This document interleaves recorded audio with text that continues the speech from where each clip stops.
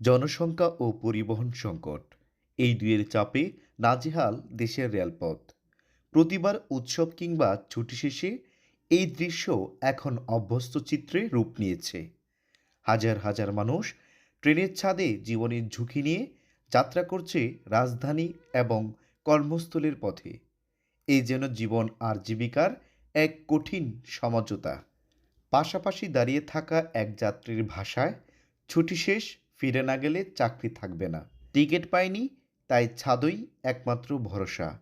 ঝুঁকি আছে জানি, কিন্তু উপায় তো নেই। ট্রেনের ছাদে উঠে কেউ ফিরছে চাকরিতে, কেউ পড়াশোনায়, কেউ হয়তো পরিবারকে ভরণ পোষণ করতে। এদের প্রত্যেকের পেছনে আছে এক একটি জীবনের গল্প। সরকার ও সংশ্লিষ্ট কর্তৃপক্ষের প্রতি আবেদন, এই ছাদের ভিড় যেন না হয়ে ওঠে মৃত্যুর মিছিল।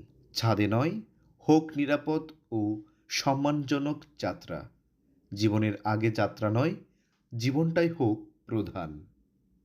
ট্রেনের ছাদে বসে ভ্রমণ থেকে বিরত থাকুন।